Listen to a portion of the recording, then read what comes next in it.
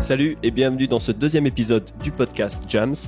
Aujourd'hui, j'accueille Jérôme Scott qui est le cofondateur du site amzcockpit.com. Pour retracer le parcours de Jérôme, alors avant l'enregistrement du podcast, Jérôme m'a précisé qu'il ne vient pas d'une famille d'entrepreneurs. Il a fait un bac compta et derrière un BTS transport et logistique. Et sa première expérience d'entrepreneuriat, en fait, ça a été à 16 ans quand il a lancé un premier business de customisation de t-shirts. Il a ensuite ouvert un magasin physique qui a ensuite fermé. Donc on pourrait dire que la première expérience entrepreneuriale n'a pas eu le succès escompté. Après cette première expérience entrepreneuriale, Jérôme est donc retourné au salariat puisqu'il est devenu contrôleur de gestion. Il a travaillé pendant 5 ans en tant que contrôleur de gestion, puis comptable ensuite pendant 5 ans de plus. Et c'est quand il était salarié qu'il a entendu parler d'Amazon FBA, de la possibilité de vendre sur Amazon, et il s'est donc lancé, il a créé sa marque en private label. Juste avant de lancer l'interview, si vous me découvrez avec ce podcast, je m'appelle Sylvain Boutry, je suis vendeur sur Amazon FBA depuis fin 2015 et j'ai monté en 2017 l'agence Jams. Donc chez Jams, on accompagne des marques et des entrepreneurs sur Amazon, on les aide à se lancer et à y développer leurs ventes. Donc vous trouverez plus d'infos sur jams.fr, ça s'appelle jamz.fr. Et pour rester informé de l'actu de la vente sur Amazon, pour recevoir des conseils et des stratégies sur ce qui marche, mais aussi ne pas rater les futurs épisodes du podcast, je vous invite à rejoindre la newsletter Jams à l'adresse jams.fr/email. Donc ça s'appelle jamz.fr/email. Sans plus de suspense, on lance l'interview. Je vous souhaite une excellente écoute de cet épisode avec Jérôme Scott d'amzcockpit.com.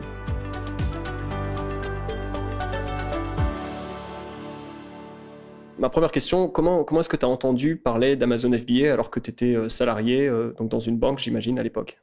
Ouais, exactement. Donc, le problème, c'est que pour aller au travail, quand j'étais salarié, et comme tous les frontaliers qui travaillent au Luxembourg, on passe quasiment 1 heure et demie dans les transports. Pour moi, c'était la voiture et du coup, j'aime pas trop la radio. Et je bouffais énormément de podcasts. À l'époque, c'était Parlons Web. Stan aussi de marketing et du coup j'avais entendu sur Parlons Web de Paul Faure dans un des podcasts, c'était en 2015 il me semble, Je pense, ouais.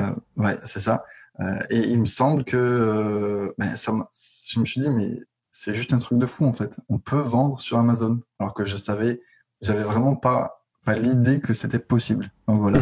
Et ensuite je l'ai écouté. Ensuite, je crois qu'il avait ouvert un groupe Facebook. Je l'ai rejoint. J'ai appris, j'ai posé des questions. J'ai procrastiné pendant longtemps. Pourquoi ? Parce que j'aime bien un petit peu tout maîtriser avant de lancer les choses et comprendre l'intégralité du process avant de lancer. D'accord. Chose qu'il faut pas faire.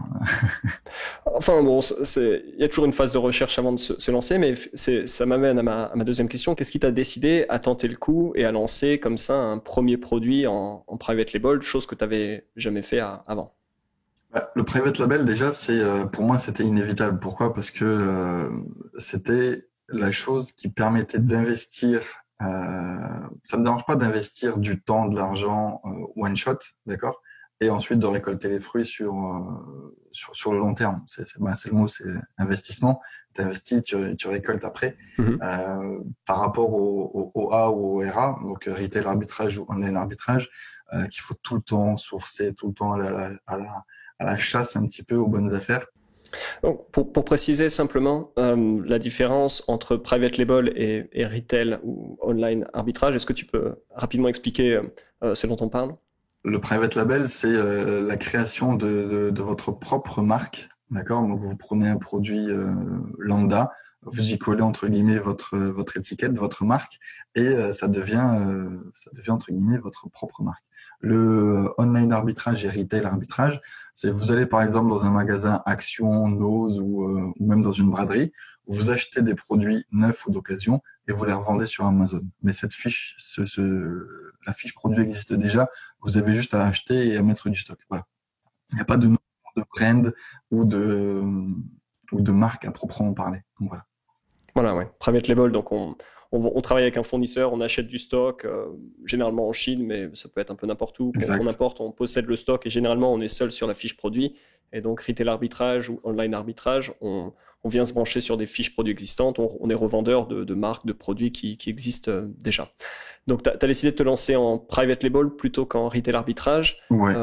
Pour cette raison, de pouvoir contrôler ce que tu faisais et d'être le seul sur la fiche produit, seul à contrôler la boîte d'achat. Alors, ouais, en théorie, j'aurais dû être seul sur la boîte d'achat, mais comme tu le sais, c'est pas souvent le cas. Mais oui, l'idée, c'était vraiment de construire une vraie marque et voilà, d'avoir un actif qui tourne et qui fait son travail. Donc, ça, c'était l'idée. Maintenant, voilà, avoir cette vision dès le début, ça peut faire peur, ça peut freiner et surtout ça peut empêcher les gens de se lancer. Donc, Absolument. Ouais. Alors, ce qui m'intéresse aussi, c'est le côté de faire ça en parallèle d'un travail salarié. Donc, tu es dans ta voiture, tu vas au boulot, tu écoutes des podcasts, tu te dis au bout d'un moment, il faut que je tente le coup, je vais faire quelque chose. Et tu décides de te lancer. Et après, comment ça se passe du lundi au vendredi, t'es au boulot et le dimanche, tu travailles sur ton business Amazon, c'est ça? Non, pas trop. En fait, c'est dans les transports, j'écoute le podcast, j'essaie de me former. Je fais ma matinée de boulot. À midi, je travaille sur mon business avec ma petite gamelle sur le bureau, voilà, avec ma lunchbox. Et ensuite, je reprends mon après-midi de travail. À 5 heures, je rentre, je m'occupe un petit peu des enfants, de la vie de famille. Et le soir, en fait, à la place de regarder la télé ou Netflix, je bosse. Voilà. En gros, c'est ça. Ça, c'est le concept. Ok, j'ai connu ça. Alors bon, c'était je me levais à 6h du mat au lieu de 7h30 pour avoir 1h30 chaque matin. Et en effet, j'ai connu les gamelles au boulot, dans une salle de meeting à construire la suite des aventures. Exactement, tout à fait. En plus, ce qu'il faut noter, c'est que si vous sourcez en Chine, forcément le matin, c'est là où les fournisseurs sont disponibles. Donc voilà, donc vous avez un petit créneau entre guillemets à pas louper si vous voulez communiquer rapidement avec les fournisseurs. Et moi, je faisais plutôt du J+1. Donc le soir, je traitais tous mes emails, tous mes messages. Lui, il répondait et moi, le soir, je répondais. Donc on n'était pas très réactifs, mais pour un premier produit, c'était très très bien et ça permettait d'y aller tranquillou, quoi. D'accord, ouais. Alors on va parler justement de ce produit, de cette niche. Comment est-ce que tu as eu l'idée de partir dans une catégorie, dans une niche plutôt qu'une autre et sur un produit en particulier au sein d'une niche? Comment est-ce que ça t'est venu? En fait, le premier produit et la niche, c'est ma femme qui l'a découverte. Elle scrollait son Facebook et elle est tombée sur un produit. Je vais te le dire, c'était un tablier à barbe, donc que tu mettais autour du cou et que tu fixais avec des ventouses sur ton miroir. Et en fait, quand tu te tailles la barbe avec la tondeuse, les poils ne tombent pas dans le lavabo et tombaient dans ce bavoir. Donc on a sourcé ça. Il y avait personne à l'époque qui le faisait à part la vraie marque. Donc on était les seuls, la deuxième marque entre guillemets à le faire.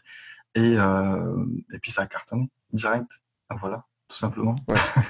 Ouais, oui, là, c'est vrai que bon, on va en revenir sur le sujet un petit peu plus tard, mais c'est vrai que 2015 sur Amazon France. C'est très très loin de Amazon France en 2020, très très loin aussi d'Amazon US, mais c'est vrai qu'on parle un peu d'un âge d'or où la compétition était beaucoup moins marquée et on pouvait être, voilà, comme tu le disais, le premier à lancer un produit dans une catégorie et finalement se retrouver numéro 1 des ventes avec pas grand chose, avec un petit peu de PPC, une fiche produit qui donne envie, un prix qui va bien, et puis ça, quelque part ça suffisait, quelques avis produits. C'est vrai que les choses ont depuis changé. D'accord. Donc, je suis d'accord avec toi. Je vais juste nuancer un petit peu ça. C'est que le problème, c'est que ce produit, ce tablier à barbe, il n'avait pas forcément de notoriété, il n'était pas connu. Donc du coup, il fallait justement, il y a personne. Si tu regardes les Google Trends, il y a personne qui tapait tablier à barbe. Alors que maintenant, la trend, elle a clairement monté. Donc être le premier sur un produit, c'est bien. Mais par contre, il va falloir faire un travail d'éducation par rapport à ta clientèle pour lui faire comprendre qu'il a besoin de ce produit. Voilà. Ouais. C'est quelque chose que tu as fait en dehors d'Amazon ou bien sûr, attendu bien sûr. C'est ça le kiff entre guillemets avec une marque, c'est que tu as la vision Amazon, mais tu as aussi tout ce qui est réseaux sociaux. Tu as dû monter un site, donc moi je l'ai monté avec WordPress. À l'époque, c'était même obligatoire pour faire valider ton Amazon Brand Registry. Maintenant, il me semble que ça l'est plus. Effectivement. Donc, tu as vraiment toute une conception de marque et de canaux de distribution, parce qu'on distribuait aussi ensuite chez les barbiers, direct, en B2B. Donc, vraiment, tu as une notoriété, entre guillemets, qu'il faut que tu places un peu partout, et comme une vraie marque, tout simplement. Voilà, mais de chez toi, de ton canapé ou de ton salon. Mais je pense que les marques en private label sont pas des fausses marques, c'est juste des jeunes marques qui sont pas encore établies. Mais effectivement, en travaillant, en communiquant auprès de son marché, en se constituant une audience, on a avec Amazon un canal de vente, mais derrière, en effet, on peut mettre en place beaucoup d'outils et de marketing externe hors Amazon pour fédérer des gens et petit à petit, voilà, construire la marque. Voilà. Donc, je dirais pas fausse marque, je dirais juste jeune marque qui cherche, qui est en croissance et qui cherche son audience. Mais c'est intéressant et c'est vrai que c'est quelque chose que je vois avec certaines personnes qui m'approchent pour du conseil sur Amazon. Si les produits sont en effet trop spécifiques et il n'y a pas vraiment de mots-clés génériques qui est associé, les gens ne tapent pas ce mot-clé. Si c'est trop innovant finalement, c'est c'est très difficile de le vendre sur Amazon parce qu'il faut réussir à se raccrocher à des volumes de recherche puisque beaucoup de la découverte de produits se fait au travers d'une requête sur la barre de recherche. Donc en effet, si le mot-clé n'est pas connu ou n'est pas tapé, on n'a pas forcément beaucoup de visibilité. Donc je comprends la démarche d'aller chercher de la visibilité et faire de l'éducation, comme tu le disais, hors Amazon. D'accord. Alors on a un premier produit, un tablier à barbe. On a, donc j'imagine, tu es sur Facebook, tu construis une communauté d'hommes qui ont de la barbe. Comment ça s'est passé à partir de là? Qu'est-ce que tu as fait? Tu as lancé d'autres produits? Comment est-ce que tu as fait grandir ce premier succès? Je vais t'expliquer. Donc, il me semble que je me suis lancé avec 700 € de budget. Mhm. Enfin, ma première commande était de 700 €. Il me semble que j'avais 250 ou 300 tabliers, un truc comme ça. À la base, j'avais pas fait floquer ou personnaliser directement le tablier. Donc, c'était vraiment de la marque blanche à 100%. D'accord? Je les ai fait venir ici à la maison. J'avais imprimé sur des feuilles, donc dans des OP bags. Je sais pas si ta communauté est au courant de ce que c'est un OP bag. C'est un papier transparent, en fait, tout simplement, comme on peut trouver dans n'importe quel produit un petit peu low cost, où c'est un papier transparent où ton produit est glissé à l'intérieur, tout simplement, et thermo fermé. Je sais pas si on dit comme ça, mais thermo refermé. Un petit sachet plastique, qui entoure le produit. Exactement. Donc on les avait fait venir comme ça, et j'avais imprimé des feuilles A4 où j'avais imprimé le logo et comment utiliser le produit, en fait. Donc ça, c'était à la banque que j'avais imprimé tout ça pour faire des économies. Je suis désolé, il faut que je les paye s'ils m'écoutent.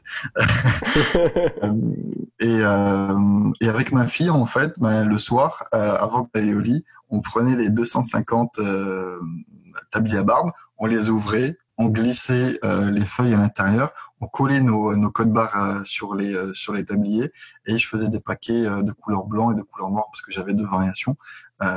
Et tout simplement, voilà. Pourquoi? Parce que ça coûtait moins cher et je voulais pas que le chinois, en fait, il se trompe sur les variations en collant les stickers. Voilà. Ça arrive effectivement. Ouais. Voilà. J'ai aussi connu ces soirées à préparer des produits, pareil dans les mêmes eaux 2015, 2016. Voilà, tu vois. Et ensuite, je faisais mon carton et je l'envoyais via UPS dans les entrepôts d'Amazon. Donc voilà comment ça s'est fait. Ensuite, j'ai liquidé mon stock. Rupture de stock. Je crois que j'étais en rupture 2 ou 3 fois. Pourquoi? Parce que la première commande, elle est simple. Tu as ton budget, tu commandes. D'accord? La deuxième commande, c'est la plus complexe à mon sens. Pourquoi? Parce qu'il faut que tu commandes avant que tu tombes en rupture de stock et pas trop tôt parce que forcément, tu es un petit peu frileux de savoir si vraiment tout va s'écouler ou si c'est pas une question de chance, etc., etc. Donc voilà. Donc rupture de stock, je recommande. Rupture de stock, je recommande. Et là, je dis, on va se professionnaliser. Je prends un designer, il me fait toute une belle marque. Je demande au fournisseur de floquer directement la marque sur le tablier, de me faire une belle pochette, etc., etc. Sur l'emballage, je fais imprimer avec le designer, intégrer avec le designer directement le code SKU pour plus avoir ce collage d'étiquettes par mois Cette ou par étape un chinois. d'étiquetage. Ouais. Donc comme ça, il n'y a plus du tout de problème. Et ensuite, on fait tout expédier chez Amazon en live. Donc, je faisais plus aucun contrôle et c'était beaucoup plus simple pour moi et pour ma fille. Voilà. Ouais, et puis ça permet effectivement de réduire les cycles aussi. Puis si c'est bien fait, d'éviter les erreurs humaines, les manipulations en tout genre. Exact. Et ensuite, on arrive. Donc ça, je crois que c'était, je sais plus, toute l'année s'est écoulée. J'avais un bon rythme. Noël arrive et là, c'était un truc de fou. Juste un truc de malade. J'ai jamais vu ça. Je te jure, hein, Sylvain, c'était. Je crois que de mémoire, c'était je sais plus, mais je crois que c'était quasiment du 5 000 € par jour de vente pendant 15 jours avant Noël. Je montre ça à ma femme. Elle me dit, mais on va avoir une tonne de remboursement, de retour après le 24. Parce que les gens ne connaissent pas, parce que les gens se disent que c'est tout pourri, parce que voilà, je crois qu'on a eu 10 remboursements en tout. Ouais. J'ai flippé, je te jure, j'ai flippé. C'était un truc de fou. Mais Noël de malade. Donc voilà. Je dis toujours que Noël passe un petit peu avant, le Père Noël passe un peu avant pour les vendeurs Amazon, parce que c'est pas encore le 24 et on a déjà reçu nos cadeaux. C'est ça. Et donc tout ça, oui, avec un seul produit. Avec un seul produit. Donc juste après Noël, on lance le deuxième produit. Donc ça, c'était plutôt des brosses à barbe. Et ça marchait aussi bien, nickel. La marque commence à prendre de la notoriété. Et ensuite, je me suis un petit peu planté. Pourquoi ? Parce que j'ai fait un produit à 2 produits, 2 produits à 3 produits, et ensuite je suis passé de 3 produits à 10 produits d'un coup. Et là, je t'avoue que je me suis planté. Pourquoi ? Parce que un listing Amazon, c'est bien, mais il faut pas l'oublier qu'il faut le traduire sur 5 pays. Il faut le lancer sur 5 pays. Et là, ça demande vraiment beaucoup, beaucoup de taf. Donc voilà. Ouais. En termes d'investissement, c'est toujours la même chose, mais en termes de travail, pour le vendeur, c'est clairement pas la même chose de lancer un produit ou 2 produits. Donc voilà. Absolument, oui. Ouais, parce que tu vendais déjà sur, on est en 2016 du coup, ouais, 2016, ouais. Tu vendais sur les 5 marketplaces, donc. Je vendais sur les 5 marketplaces. À l'époque, je faisais pas de Amazon Pan Europe. D'accord, donc c'était pas encore, ils te mettaient pas autant la pression Amazon pour lancer ce service. De nos jours maintenant en 2020, tu reçois un mail par semaine pour activer le Pan Europe. Mais voilà, tout simplement c'était donc je faisais que du FBA France. Donc moi j'expédiais tout mon stock dans les entrepôts Amazon France, et dès qu'il y avait une commande sur Amazon Allemagne, le produit partait d'Amazon France vers le client allemand. Voilà, tout simplement. Très bien, ouais. Donc là, on est en 2016. Ouais. Et donc, le business a grandi. Tu as finalement quand même réussi à lancer tes 10 produits. Et finalement, avec quand même, avec 3 best-sellers et le reste moyen. Voilà. Ouais. Est-ce que tu as des raisons ? Tu sais pourquoi certains parce que j'avais pas assez le temps, de les pousser autant que j'ai poussé les autres, tout simplement. D'accord. Et parce que la concurrence commençait à arriver, voilà, la mode des hipsters et des barbus était commencée, et ben forcément après il y a de plus en plus de vendeurs et voilà, tout simplement après il y a plus de concurrence et il y a à manger pour tout le monde. Voilà. Oui, parce qu'à ce moment-là, tu avais ce business Amazon FBA toujours en parallèle de ton travail à la banque. Tu étais toujours salarié pendant toute cette période-là. Alors, finalement, à quel moment est-ce que tu as quitté ton travail salarié ? 2013, en novembre 2018, j'ai quitté la banque. D'accord. Et c'est parce que le business Amazon FBA était suffisamment important pour te permettre d'en vivre, ou il y a une autre raison qui t'a motivé à faire le saut, on va dire, vers l'entrepreneuriat à temps plein ? Alors moi, la marque, en fait, je l'ai vendue en 2017, de mémoire 2017 ou début 2018. Donc c'est pas ça qui m'a fait quitter le salariat et la banque, mais tout simplement le cockpit. Voilà, cockpit prenait de plus en plus d'importance et permettait de se prendre un salaire correct. Donc voilà, donc tout simplement il fallait se dire que il faut donner toutes les chances à ce projet, qui pour moi est quasiment le projet de ma vie maintenant, avec toutes les idées, les innovations qu'on imagine. Et ben donc il fallait se mettre ça à 100%, parce que forcément pendant un moment j'avais le business Amazon et AMZ Cockpit. Ensuite on a fait le choix, enfin j'ai fait le choix de plus vendre sur Amazon pour une question d'éthique, parce que ça me paraissait un petit peu bizarre de vendre euh, sur Amazon et en même temps d'avoir un business pour les vendeurs Amazon. Voilà, à titre perso, ça m'aurait fait peur que quelqu'un ait toutes ces données. Euh, donc voilà, donc moi j'ai fait le choix de plus vendre sur Amazon d'un point de vue de transparence pour tous nos clients sur le cockpit. Voilà. Ouais, pour éviter typiquement des conflits d'intérêts. Donc, pour expliquer aux gens qui nous écoutent, c'est vrai que de par la nature d'un business comme AMZ Cockpit, qu'on va expliquer juste après, on a potentiellement accès à pas mal d'infos sur les volumes de vente. On peut voir les marges, on peut voir ce qui marche, et ça de manière quasiment en temps réel. Donc c'est potentiellement un outil formidable de recherche de marché pour comprendre, trouver des idées. Et en effet, si tu es vendeur à côté de ça, tu pourrais potentiellement t'inspirer beaucoup de ce qui marche. Et donc, bien sûr, il y a des conflits d'intérêts qui sont nets. Donc, dans un premier temps, tu avais ta marque en Amazon FBA et AMZ Cockpit. Et puis ensuite, tu as vendu ta marque avec AMZ Cockpit qui grandissait. Et finalement, tu as quitté ton boulot salarié pour vraiment mettre les watts sur AMZ Cockpit et vraiment développer le projet. C'est ça, exactement. D'accord. Une dernière question par rapport à la vente du business Amazon FBA, juste avant de passer sur AMZ Cockpit. Comment ça s'est passé pour trouver un acheteur? Comment est-ce que tu l'as trouvé? Et puis comment s'est déroulée la passation en fait du business de toi vers l'acheteur? Alors, j'ai mis une annonce sur un site qui s'appelait Vente 2, le chiffre 2, site.fr, je crois. Tout simplement, j'ai mis une annonce avec les screenshots, les chiffres qu'on faisait. C'était des chiffres quand même très alléchants, d'accord, avec des belles marges, surtout un business automatisé. Et en fait, j'ai eu énormément d'appels, et pas forcément d'appels de web entrepreneurs, mais même des personnes vraiment établies qui avaient des grosses PME.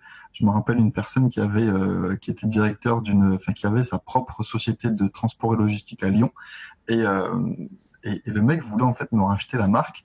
Et voilà. Donc j'ai eu je sais plus, mais au moins 50 propositions d'achat de ce business.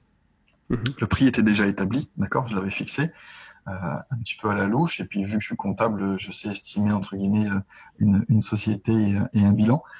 Donc, et puis, ce qui restait aussi, le potentiel qui restait à faire, parce que j'avais pas encore développé les US. Donc, j'avais du stock aux US, mais j'avais pas encore développé vraiment le business. Donc voilà, donc contact avec une personne, on fait le deal, ça se passe plus ou moins correctement, d'accord. On avait fait un deal à 60 000, il m'a envoyé 15 000. Ensuite, il m'a dit j'ai plus le reste. Je lui ai dit ben je garde la marque. Donc à l'heure actuelle, j'ai toujours la marque. Voilà. D'accord. Ah ouais, donc c'est une sorte de vente partielle. C'est-à-dire t'as C'est une pas vente vendu. partielle, exactement. C'est une vente partielle parce que le mec essayait de m'escroquer. Donc voilà, tout simplement. Donc si tous les business sont vendables, et ça c'est uniquement sur du private label, vous n'arriverez jamais à vendre une boutique en retail arbitrage ou en online arbitrage. Comme je l'ai dit tout à l'heure, c'était vraiment c'est un investissement, et une marque se revend. Le problème, vous mettez une annonce sur vente de site. Alors, c'est pas mon site internet, mais ils ont fait vraiment le job correctement. Et j'ai vraiment eu beaucoup d'offres. Le problème, c'est qu'avec cet échec entre guillemets, parce que ça a pris 3 ou 4 mois Mhm. avant qu'il me dise qu'il avait plus le reste. Donc, vraiment, il m'a fait perdre énormément de temps. Et c'est pour ça que je lui ai pas remboursé l'argent qu'il m'a donné, parce que j'ai estimé, et l'avocat a estimé qu'il a eu un comportement par réglo.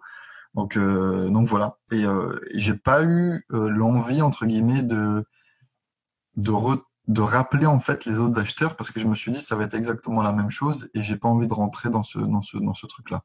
Mhm. Donc à l'heure actuelle, la marque existe, ne vend plus du tout. Elle est en sommeil, et je pense que Et je pense que je vais l'offrir en fait à quelqu'un le jour où j'aurai un bon feeling. D'accord, intéressant. Donc, affaire à suivre par rapport à une marque private label sur Amazon à gagner. D'accord, Dans le domaine de la barbe. Donc voilà. super. Impeccable. Alors, on va maintenant parler d'AMZ Cockpit. Donc, juste pour les gens qui ne connaîtraient pas, est-ce que tu peux présenter ce qu'est AMZ Cockpit, ce que ça fait, à qui ça s'adresse? Enfin, voilà, qu'est-ce que c'est AMZ Cockpit? Alors, AMZ Cockpit, à la base, on a créé ce logiciel en 2016, donc tout la partie développement en 2016. Ensuite, on a vraiment lancé vers 2017 de mémoire. Pourquoi? Parce qu'on avait une vraie problématique. On était vendeur avec mon collègue. Pourquoi? Parce que j'ai oublié de te dire, j'ai donné le goût à un de mes anciens collègues de la banque de vendre sur Amazon. Et il a créé son private label. Et du coup, en fait, on avait une problématique personnelle en tant que vendeur, c'est qu'on n'avait pas un système qui générait des factures. Et on n'avait pas un système qui générait de l'autorépondeur, des emails. Il y avait des choses américaines qui existaient, mais sur le marché français, on voyait clairement qu'il y avait un manque. Donc du coup, j'ai contacté quelques développeurs sur lesquels j'avais travaillé sur des précédents business. Et on a lancé ça. On a fait un petit MVP. On a trouvé nos premiers clients et puis ça s'est fait comme ça. On a vu qu'il y avait un product market fit, donc qu'il y avait de la demande, que notre outil répondait à un besoin. Et du coup, on l'a fait évoluer au fur et à mesure comme ça, tout simplement. Pour te dire en gros ce que AMZ Cockpit fait, c'est facturation nickel à 100%, emailing, autorépondeur. On calcule la profitabilité aussi de vos produits sur Amazon. Pourquoi? Parce qu'Amazon a énormément de coûts cachés et nous on va les afficher entre guillemets clairement et simplement pour vous montrer le bénéfice de chaque vente, de chaque produit et de chaque marketplace. Voilà. Et puis tout ça en temps réel, comme ça, en tant que vendeur, on peut pas passer sur le site 40 fois dans la journée pour voir où est-ce qu'on en est par rapport à ses ventes. Exact. Super. Je me rappelle effectivement en 2017, mon comptable qui me dit, d'après les règles de la vente à distance, tu dois effectivement envoyer une facture après chaque achat.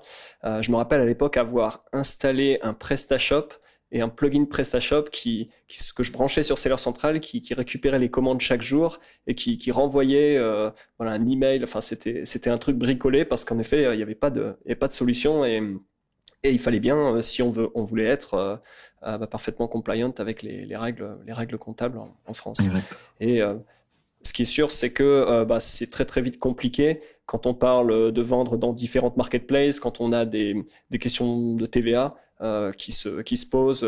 Dans quel pays est-ce qu'il faut appliquer la TVA et à quel pourcentage en fonction de le pays dans lequel le produit se trouve, le vendeur, l'acheteur, etc. C'est très vite assez cauchemardesque. Donc c'est vrai qu'un logiciel qui gère tout ça de manière propre, ça a certainement, ça a un énorme avantage pour les vendeurs. Exactement. Et puis surtout, il faut pas oublier que c'est votre business, donc on peut pas outsourcer entre guillemets la partie gestion de facture ou TVA. C'est quelque chose vraiment où si vous avez un contrôle fiscal, vous pouvez pas dire c'est Amazon qui génère pas la facture ou qui a mal généré la facture ou c'est mon plugin PrestaShop, etc., etc. Donc nous sur Cockpit, on a des assurances qui font que si vous avez un problème sur votre facture, c'est nous qui prenons la totale responsabilité de la mauvaise facturation. Donc je peux te dire que on est calé en TVA, en e-commerce, en droit d'import-export et tout ce que tu peux imaginer parce que je touche du bois. C'est jamais arrivé et ça n'arrivera jamais parce qu'on est vraiment des experts à ce niveau-là et depuis 2016 on a généré je sais pas combien de millions de factures, tu peux imaginer. Donc je peux te dire que des cas on en a vu des vertes et des pas mûres, des choses qu'on n'imaginait même pas. Et on a fait évoluer l'algorithme avec toute notre expérience. Voilà. Ouais, super. Avant de parler justement de l'évolution et du développement, j'aimerais qu'on revienne sur ce MVP. Donc tu rassembles quelques développeurs, vous construisez une première version, donc un premier produit. Comment est-ce que tu trouves tes premiers clients? Comment ça se passe les débuts le lancement vraiment d'AMZ Cockpit? Si tu te rappelles, il y a quelques dizaines de minutes, je t'ai dit que c'est Paul Fort qui m'a fait découvrir Amazon FBA. Il avait créé un groupe Facebook que j'ai rejoint. Au bout de quelques mois, il me semble qu'il l'avait supprimé parce qu'il y avait trop de problèmes, parce que peut-être que ça lui prenait trop de temps à gérer, je me rappelle plus. Et du coup, en fait, je me suis dit que j'allais créer mon propre groupe Facebook, euh, pour ne plus être dépendant de quelqu'un d'autre, en fait, qui est susceptible de fermer, de clôturer son groupe Facebook parce qu'il y a énormément d'informations là-dedans. Donc, du coup, j'avais créé mon propre groupe Facebook alors que j'étais un newbie en FBA. J'avais aucune idée que j'allais sortir un logiciel sur Amazon. Et c'est comme ça, en fait, que j'ai créé la communauté autour d'Amazon FBA. Je répondais à des questions, j'essayais d'apporter vraiment de la valeur aux gens avec ma propre expérience sur mon propre private label. Et du coup, j'ai atteint un petit peu, j'ai récupéré un petit peu une notoriété, une expertise à ce niveau-là. Et quand j'ai dit qu'on lançait un MVP sur Cockpit, il y a tout de suite des gens qui étaient intéressés parce qu'il y avait un vrai besoin. Donc la communauté, je l'avais construite en amont, sans penser business à la base. Et voilà, tout simplement. Mmh. Non, mais bon, il y a ce vieil adage sur Internet que l'argent est dans la liste.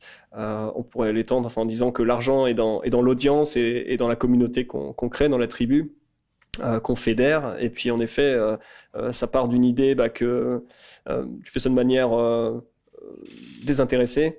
En disant tu réponds aux questions, tu aides des gens, et puis un jour il y a une opportunité, et puis tu peux lancer un produit qui aide les gens, puisque comme on l'a dit, la problématique de la facturation, de l'emailing, elle est réelle. Récupérer des avis produits, c'est quand même super important. Donc je comprends le principe, ça part d'une envie de partager des choses, et puis derrière tu découvres une opportunité au sein de ce groupe. Donc d'accord, je comprends que tu as récupéré tes premiers clients dans ce groupe Facebook. Est-ce qu'aujourd'hui, tu as des questions qui reviennent beaucoup par rapport à des vendeurs, toi, qui commencent à utiliser le produit, qui ont des questions, par exemple, sur Amazon, par rapport à la vente sur Amazon ou en termes fiscaux? Est-ce qu'il y a des choses que les gens te posent, des questions qui reviennent beaucoup? Oui, alors principalement sur Cockpit, c'est surtout la gestion de la facturation, de la TVA et toute cette partie un petit peu obscure que les gens ne maîtrisent absolument pas, et ce que je peux comprendre. D'ailleurs, même on a un petit peu challengé une vingtaine d'experts comptables, et il n'y en a aucun qui a la bonne réponse, en tout cas selon moi et selon notre expérience et selon les textes de loi qu'on a épluchés. Donc ça reste quelque chose d'assez obscur. Et donc c'est surtout là-dessus qu'on a des questions sur Cockpit. Ensuite sur Amazon, parce qu'on fait aussi du support entre guillemets. Si tu as des questions sur Amazon, on va te répondre avec grand plaisir. D'accord, on est dans le partage, on est dans la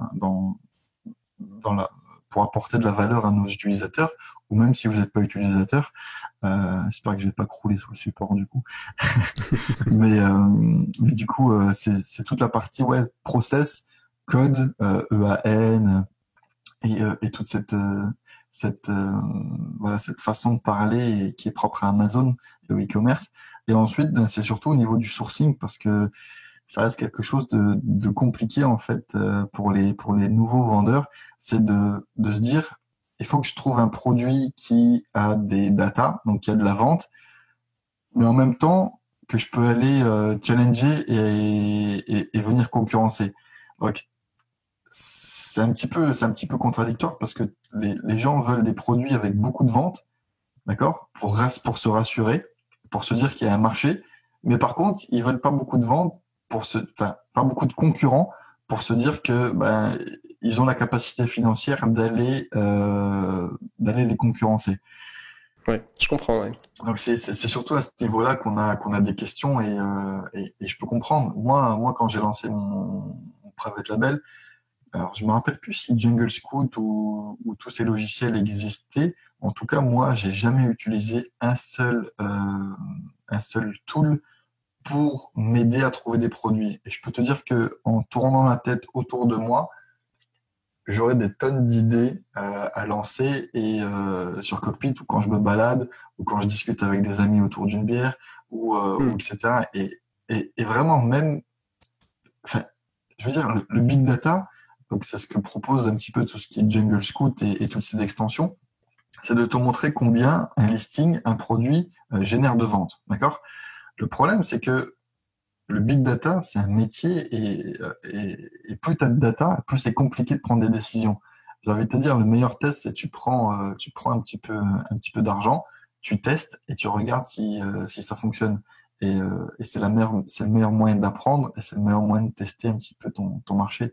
Donc voilà, tout simplement. Ouais, je te rejoins sur l'utilisation de ces outils. Alors, ils ont leur utilité et dans un certain cadre, ils permettent en effet de savoir ce qui se passe sur Amazon, ce qui se vend, de comprendre des volumes. Donc, ils ont quand même leur utilité. Mais c'est vrai que quand tu es dans une phase de réflexion par rapport à une idée produit, bah, je reviens à l'idée du tablier de barbe que tu as lancé. Bah, clairement, ça partait d'un besoin puisque bon, les gens ne te voient pas, mais tu as une barbe et c'est ta femme qui devait retrouver des poils dans le lavabo. Ouais, Et voilà. Non, mais c'est bête, mais tu sais, c'est l'idée scratch your own itch. Donc, je sais pas comment ça se traduit, mais partir bah, d'un besoin que tu as identifié pour toi. Et puis, d'une manière générale, de repartir du marché, du besoin, du problème que résout un produit, plus que de partir de l'extension et se dire quels sont les mots-clés qui sont tapés ou quel CA je peux m'attendre. Parce qu'à la fin de la foire, bah, les gens achètent sur Amazon des solutions à des problèmes. Alors même si c'est des petits problèmes comme il y a des poils de barbe dans le lavabo, il y a des problèmes plus importants que ça, mais au final, bah, alors ça peut être aussi la problématique d'une idée cadeau. Hein, en l'occurrence, on parlait de Noël. J'ai mon copain, je lui cherche une idée, bah tiens, ça a l'air bien puisque voilà, il est barbu. Et donc, je pense que cette approche de repartir bah, du marché, du problème, comme tu dis, de tourner la tête et d'avoir des idées autour de soi, c'est une bonne façon de faire parce que en effet, trop de data, trop d'extensions, bah, ça peut en effet te paralyser et bah, te focaliser sur les mauvaises questions puisque tu es plus à réfléchir à ton propre CA plutôt qu'à la problématique de ton marché et à ce que tu vas résoudre, le problème que tu vas résoudre dans le marché. exactement, c'est ça. Je pense que à la base, la meilleure. Enfin, j'ai lancé plusieurs business. Donc le tablier à barbe, c'était plus ou moins un problème personnel. J'ai vendu aussi des boutons de manchette. Donc ça, c'est quand j'ai été recruté à la banque, ben, je devais porter des chemises et des costards tous les jours. Et je me suis dit, je voulais des boutons de manchette un petit peu stylés et un petit peu fun. Donc des trucs Iron Man, Batman et tous les concepts un petit peu ou des messages un petit peu subliminaux pour mon chef. Donc voilà. Et donc j'avais acheté un stock. Et j'ai vu que sur Amazon il n'y avait rien, donc j'en ai vendu un petit peu. J'ai pas créé de private label autour de ça. J'en ai vendu un petit peu et le marché était là. Pourquoi? Parce que rien que mes collègues, je leur ai dit, bah, tu veux des boutons comme moi, bah, va les acheter sur Amazon et je leur envoyais le lien. C'était tout, tu vois, c'était vraiment simple. Donc le tablier, c'est ça. Les boutons de manchette, c'est un problème perso. Euh, Cockpit, c'est un problème perso. Je voulais un logiciel qui générait des factures. Si on avait déjà un qui était en place, je peux te dire que j'aurais pas créé Cockpit. Ouais, Oui, tu aurais tout simplement utilisé l'outil. c'est ça, Ouais, c'est parce qu'il n'y avait rien sur le marché que tu t'es dit, exactement. bah, si j'ai ce problème, il y a d'autres personnes qui ont ce problème. De la même façon que si moi je cherche des boutons de manchette sympas, bah, mes collègues ont certainement la même question. Du coup, c'est quelque part encore une fois une sorte d'audience déjà, même si c'est 4-5 personnes dans un bureau, ça fait déjà une sorte d'audience et des gens bah, qui ont cette problématique et vers qui bah, tu peux tourner ou effectivement commencer à vendre. J'aime beaucoup aussi l'idée bah, du test, quoi, de se dire qu'à la fin de la foire, même si le produit qu'on lance, ça fait pas les millions qu'on espérait, dans tous les cas, voilà, bah, on aura l'expérience d'avoir lancé un premier produit, d'avoir fait la démarche jusqu'au bout. On va dire qu'en private label, il y a toujours quand même la moyen de liquider de l'inventaire si jamais on s'est vraiment trompé. Donc finalement, le risque de lancer un mauvais produit entre guillemets est pas forcément si important que ça. Et encore une fois, le fait bah, de faire un essai et d'apprendre, c'est quand même ça a une valeur énorme. C'est une valeur énorme et je pense qu'il faut pas avoir de regrets. Voilà, enfin de roman enfin je sais plus, mais dans tous les cas, le soir il faut se dire quand on se couche, j'ai testé, j'ai fait ce que j'avais envie et si ça marche, ça marche, si ça marche pas, ça marche pas. Alors attention, il faut pas non plus aller jouer l'argent Du loyer. du loyer ou de la bouffe ou des vacances de la famille. Hein. Ça, il faut vraiment pas faire ou aller faire un crédit spécialement pour ça. Ça, c'est quelque chose que je recommande absolument pas. Mais si jamais vous avez une idée de produit et qu'il faut 500, 1000 ou 2000 euros, j'ai envie de vous dire, c'est assez facile de trouver 2000 euros si on les a pas. Vous revendez deux, trois trucs chez vous. Vous allez travailler un petit peu, faire du black avec des amis, ce genre de choses. Et ben voilà, mais c'est idiot, mais à un moment, il faut être lucide. Et vous faites quelques heures supplémentaires si vous voulez rester dans la légalité.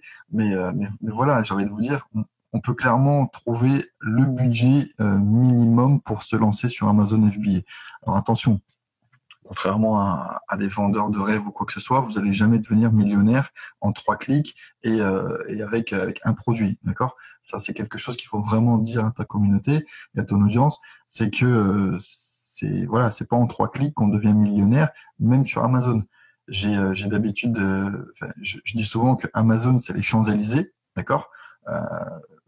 Mais par contre, il faut pas oublier que les marges, c'est quelque chose qu'il faut maîtriser avec grande minutie et vraiment les maîtriser parfaitement. Pourquoi? Parce qu'il y a des coûts, il y a énormément de choses qui font que vous allez pouvoir peut-être faire du chiffre d'affaires, mais derrière, il faut pouvoir réinvestir dans un nouveau stock. Voilà. Maintenant, si vous voulez vous acheter, si vous voulez vous quitter votre emploi, ça se fera pas tout de suite, ok? Ça dépend toujours du budget. Si vous avez un budget de 1000, 2000 ou 3000 euros, ben vous y allez beaucoup plus lentement que celui qui a 30 ou 40 000 euros à mettre sur la table. Donc voilà, ça c'est juste une question de temps. Vous y arriverez, mais c'est une question de temps. Voilà, tout simplement. Je sais pas ce que tu en penses. Complètement. Enfin, c'est certain Amazon, ça crée pas de l'argent et en ayant 1000 euros, tu vois, si tu te retrouves avec je sais pas, 100 ou 200 unités de quelque chose, tu peux pas t'attendre à faire des millions avec si peu d'unités, parce que mathématiquement, c'est juste impossible. Et en effet, il faut s'assurer une certaine marge, parce que c'est cette marge qui va te permettre de commander ton deuxième batch, de passer ta deuxième commande avant même d'avoir fini de vendre le premier batch. Et en effet, les marges sont super importantes dans la gestion de la trésorerie. Je suis d'accord, on peut être limité par sa capacité d'investissement, mais on n'est pas limité par sa capacité d'entreprise, le fait de se lancer. Enfin, il ne faut pas se limiter à ça. De proche en proche, petit à petit, on peut quand même développer une activité sur Amazon, ça c'est certain. C'est ça, et puis surtout en étant salarié, enfin, j'ai envie de te dire, de nos jours, tu peux être salarié, monter une auto-entreprise, et avec la force de la logistique Amazon, toutes les expéditions sont faites par des employés d'Amazon. Et ça tourne 24 heures sur 24, 7 jours sur 7. Donc toi, je sais pas si tu es électricien, comptable ou caissière, hôtesse de caisse, pardon. Tu peux avoir une double activité sur Amazon, contrairement à quelques années en arrière où tu devais prendre tes colis, les emmener à la poste, etc., etc. Donc là, tu peux déléguer absolument tout pour 49 euros par mois. C'est juste exceptionnel, le concept. La machine qu'a construit Amazon d'un point de vue logistique est juste folle. Et en effet, tu peux avoir un effet de levier énorme, puisque en effet, quelque part, tout ce que tu as à faire, c'est acheter des produits, les envoyer chez Amazon et les marketer. Et une fois que la commande est faite, grâce à la magie d'Amazon FBA, de la grande machine Amazon, y a entre guillemets plus rien à faire. Répondre à quelques questions de temps en temps, un peu de support client. Et en effet, Amazon a enlevé, on va dire, la physicalité des produits, et ça devient du coup, dans une large mesure, une question de marketing, et on en revient à identifier un problème pour trouver un produit qui vient répondre à ce problème.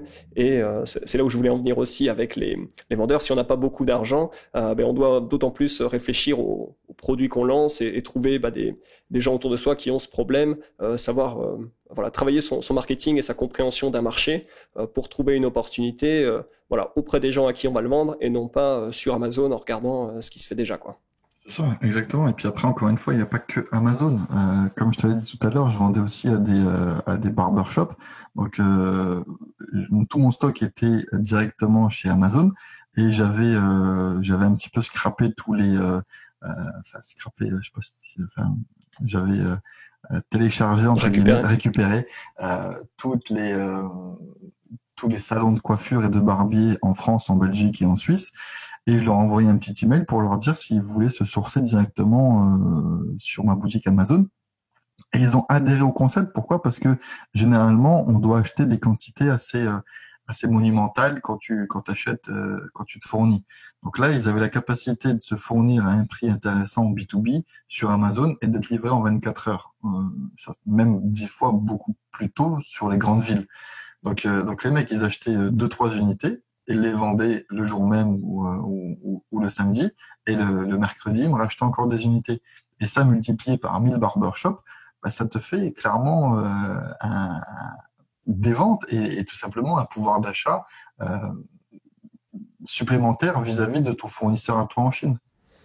Bien sûr, ouais. Même Puisque si tu tu as marges plus de moins. volume. Voilà, c'est ça, exactement. Et ça, clairement, ça me faisait pas gagner. C'est pas là où je margeais le plus, d'accord, sur les barbershops.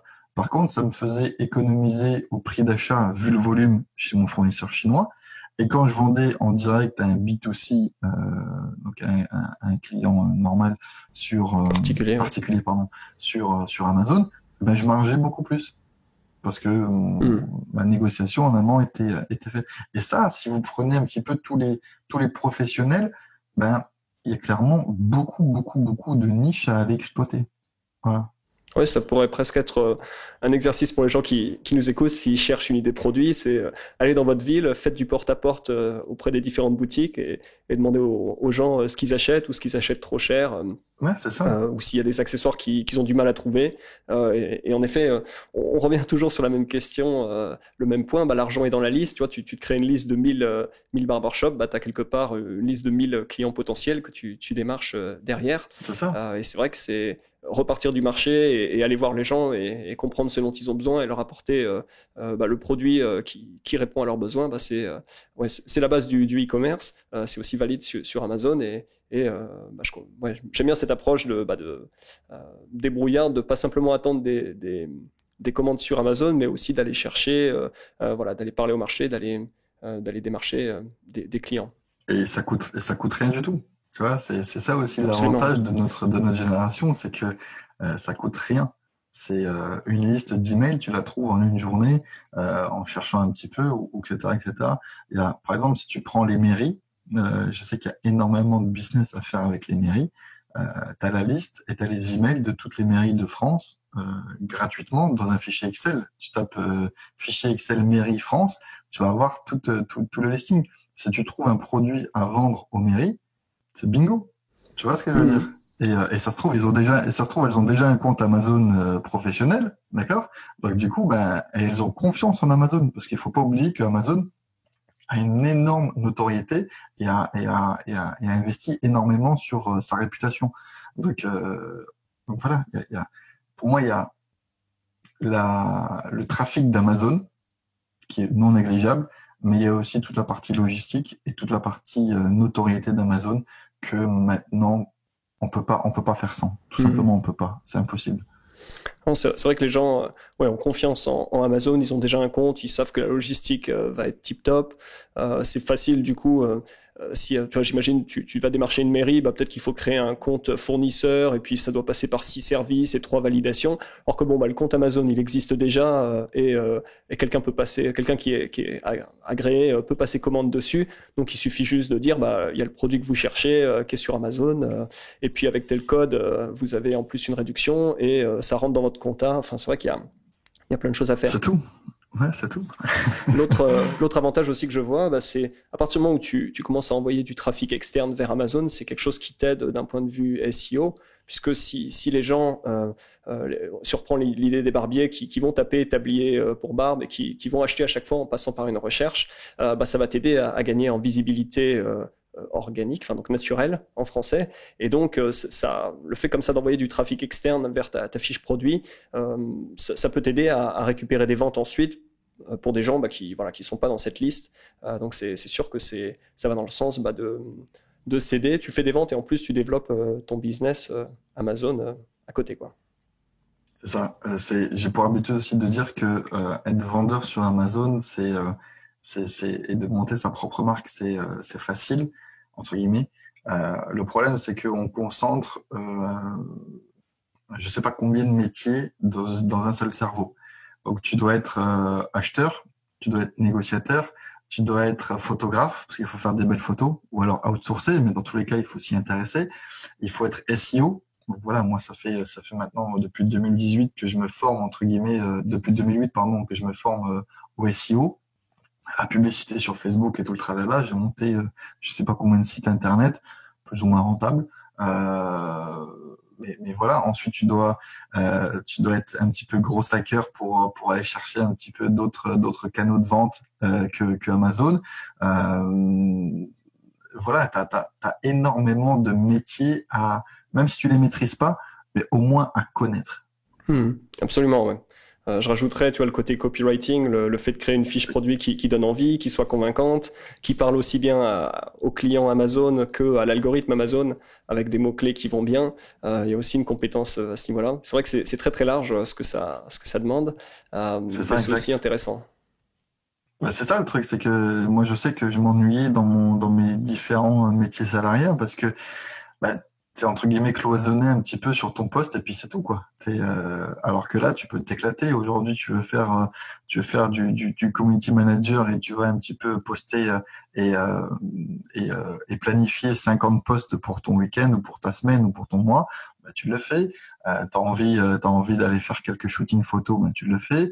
T'as envie d'aller chercher un autre produit à vendre, bah, tu vas le faire.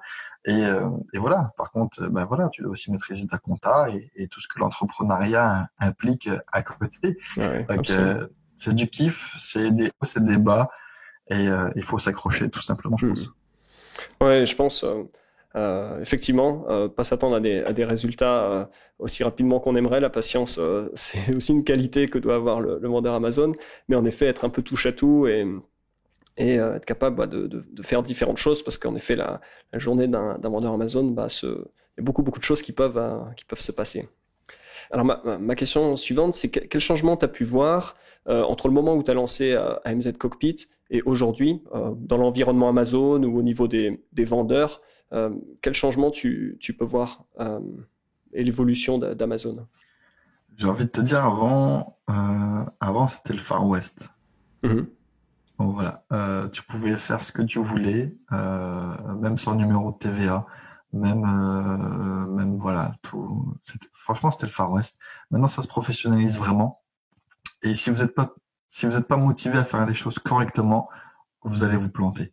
Voilà, pour moi, ça c'est vraiment la chose qui reste indispensable, c'est avoir une vision, faire de la qualité, apporter de la valeur à son client, même en plus de son achat Amazon.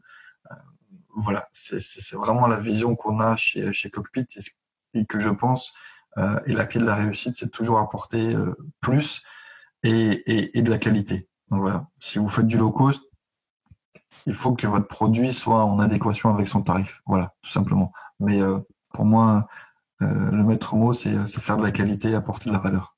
Alors je te rejoins sur la professionnalisation, que de plus en plus de vendeurs opèrent leur business Amazon comme des vraies entreprises, c'est-à-dire peut-être qu'à une époque il y avait une sorte d'amateurisme, tu vois, on parlait des soirées à emballer des produits, on faisait ça un peu de manière un peu naïve ou en étant auto-entrepreneur, enfin voilà, des débuts un peu amateurs, mais en effet le paysage sur Amazon a bien changé. Maintenant il y a des vraies entreprises qui ont des équipes, et en effet, je te rejoins sur le côté professionnalisation, sophistication de plus en plus importante au niveau de la marketplace.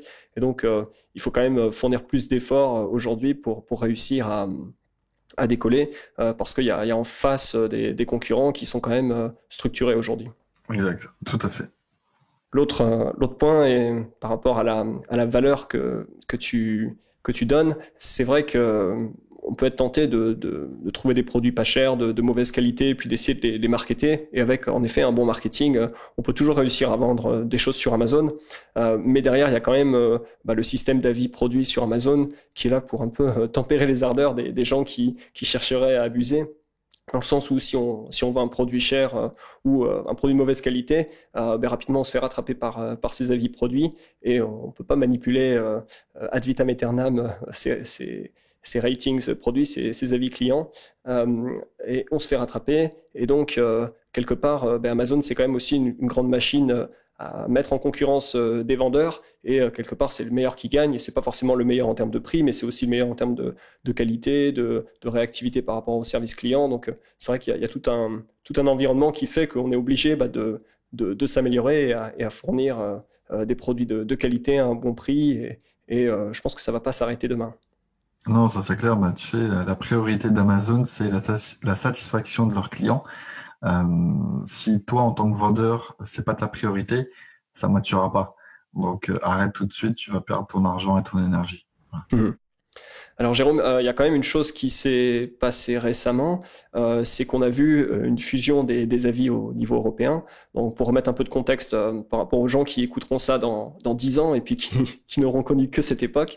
Donc à l'époque, ou avant on va dire décembre 2019, janvier 2020, quand on avait des produits sur la Marketplace France, on voyait que des avis en français déposés sur cette Marketplace. Et pareil, on allait sur Amazon DE, on voyait sur une fiche produit donnée que des avis en allemand. Et ce qui s'est passé, c'est qu'aujourd'hui, Amazon a décidé de fusionner au niveau européen les avis produits. Et donc, sur une fiche aujourd'hui Amazon France, on peut voir des avis en anglais, en espagnol, en italien, et on voit le compteur global du nombre d'avis qui est beaucoup plus important puisque il combine 5 pays.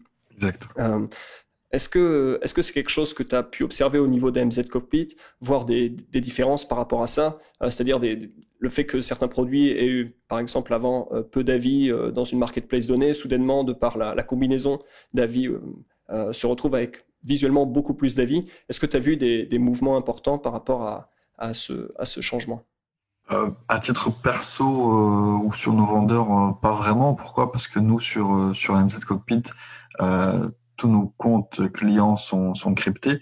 Donc, je suis pas là à regarder toutes les 2 minutes les comptes des vendeurs parce que j'ai pas le temps, parce que ça m'intéresse pas et parce que c'est crypté. Maintenant, en ayant discuté avec des personnes de chez Amazon, pourquoi? Parce qu'on est régulièrement chez Amazon Luxembourg pour diverses questions. Et sollicité pour l'algorithme de la facturation. Donc, et on discute avec pas mal de responsables et ils nous ont dit que les avis un petit peu biaisés et fake sur Amazon, c'est vraiment une très grosse problématique pour eux. Donc, je pense que le fait d'aller chercher et d'aller concentrer, centraliser tous les avis des autres marketplaces, ça contrecarre un petit peu ce système d'aller chercher des avis un peu biaisés, tu vois. Donc, à mon avis, c'est dans ce sens que Amazon a pris sa décision. Encore une fois, pour essayer d'apporter le maximum d'honnêteté et pas d'avis biaisés sur leurs différentes marketplaces. Donc voilà. Mais à titre perso ou même nos utilisateurs nous ont pas remonté tant d'informations que ça sur ta question de centralisation des avis en Europe. Donc voilà. Donc D'accord. Je peux pas trop t'aider à ce niveau. Ok. Oh, mais c'est intéressant. C'est vrai que on peut se dire que si on a un produit qui marchait moins bien dans une marketplace, qui avait des avis négatifs, aujourd'hui ils vont être visibles pour tout le monde et non pas uniquement dans la marketplace d'origine. C'est une super nouvelle. Bien sûr, oui, ça va dans l'idée que tous les avis comptent. Et en effet, si des vendeurs veulent manipuler des avis, tu peux plus le faire pays par pays, il faudrait le faire au niveau européen. Enfin, je pense qu'en effet, ça va dans le sens des avis qui soient plus naturels. Ça, c'est une certitude. D'accord. Alors, j'aimerais juste qu'on termine par rapport à Cockpit. Je dis Cockpit cette fois-ci parce que c'est ma question. Quel est l'avenir d'AMZ Cockpit ou de Cockpit? Quels sont les développements qui vont arriver dans les semaines et mois à venir? Alors, nous, on fait déjà la facturation, l'emailing, la profitabilité. Dans les mois à venir, on va simplifier la demande d'avis un petit peu pour plus passer par toute la partie emailing. On aura un système, une nouvelle manière de se connecter au Seller Central. Ensuite, la priorité aussi pour Cockpit, ça va être de simplifier toute la comptabilité. Donc voilà, en 3 clics, votre comptabilité e-commerce globale va être faite et il n'y aura plus qu'un cachet, une authentification de la part de votre expert comptable à faire. Donc ça vous coûtera beaucoup moins cher de faire valider et de faire la comptabilité de vos business e-commerce en général. Je dis vos business e-commerce, pourquoi ? Parce que on va passer de AMZ Cockpit à un nouveau nom. Pourquoi ? Parce que on va plus être 100% Amazon, mais on va partir aussi sur de la facturation et sur toutes les autres fonctionnalités pour les différentes marketplaces comme Cdiscount, eBay, Mano, AliExpress et bien d'autres encore. Donc voilà, ça fait plus sens de s'appeler juste AMZ, mais Cockpit en général. Et voilà, tout simplement. D'accord, ouais. Pour piloter son business sur l'ensemble des marketplaces depuis donc le cockpit et avec toujours plus de simplification pour les aspects comptabilité pour rendre la vie plus facile aux vendeurs que nous sommes. C'est ça, et puis se concentrer sur des choses qui ont vraiment une grosse valeur ajoutée. Donc voilà, faire sa compta, faire ses factures à la main, ça n'a aucune valeur, aucune plus-value pour votre business. Néanmoins, il faut le faire, c'est obligatoire et c'est comme ça. Concentrez-vous sur votre business et déléguez toutes les tâches routinières et automatisables à Cockpit et vous verrez que votre business n'en sera plus que gagnant. Super. Dernière question juste avant de clore l'interview. Si aujourd'hui tu devais repartir de zéro, sans tes connexions, sans ta réputation, qu'est-ce que tu ferais ? Je pense que je ferais exactement la même chose que ce que j'ai fait, c'est-à-dire apporter de la valeur aux gens, construire ma réputation, construire une notoriété et voilà, y aller petit à petit sans vouloir à tout prix gagner de l'argent tout de suite, mais vraiment apporter de la valeur encore une fois. Et je pense que c'est le maître mot de la réussite dans tous les domaines et même dans la vie perso. C'est apporter de la valeur et être honnête avec tes clients et avec tes proches. Je pense que c'est ça que je referai parce que ça a marché et donc pourquoi ne pas recommencer ce qui a fonctionné, tout simplement. Super. Alors on en arrive à la fin de cette interview, Jérôme. Où est-ce que les auditeurs peuvent se rendre pour en apprendre un peu plus sur toi ? Alors sur le blog, sur notre forum, par email à jerome@amzcockpit.com ou directement par téléphone s'ils ont mon numéro de téléphone et il est disponible très facilement sur Internet. Donc voilà. Super. Bon, bien sûr, je mettrai tous les liens en description du podcast vers le groupe Facebook, vers amzcockpit.com avec, j'imagine, une redirection de l'URL qui arrivera prochainement. Super, merci beaucoup Jérôme pour cette interview et je te dis à très vite. Merci à toi Sylvain. Merci d'avoir été avec nous jusqu'à la fin du podcast. Juste avant de terminer, 3 petites choses à vous dire. Donc tout d'abord, n'oubliez pas de vous abonner. Vous pouvez vous abonner au podcast au travers d'Apple Podcasts, de Google Podcasts ou de l'application de votre choix. Deuxième chose, vous trouverez tous les liens qui ont été mentionnés dans cet épisode à l'adresse suivante, jams.fr/podcast. Donc ça s'appelle jamz.fr/podcast. Et dernière chose, pour rester informé de l'actu de la vente sur Amazon, pour recevoir des conseils, des stratégies sur ce qui marche, mais aussi rien rater des futurs épisodes du podcast, je vous invite à rejoindre la newsletter Jams à l'adresse jamz.fr/email. Donc je répète, jamz.fr/email. Je vous remercie d'être resté jusqu'à la fin du podcast et je vous dis à très vite pour un futur épisode. Bye bye.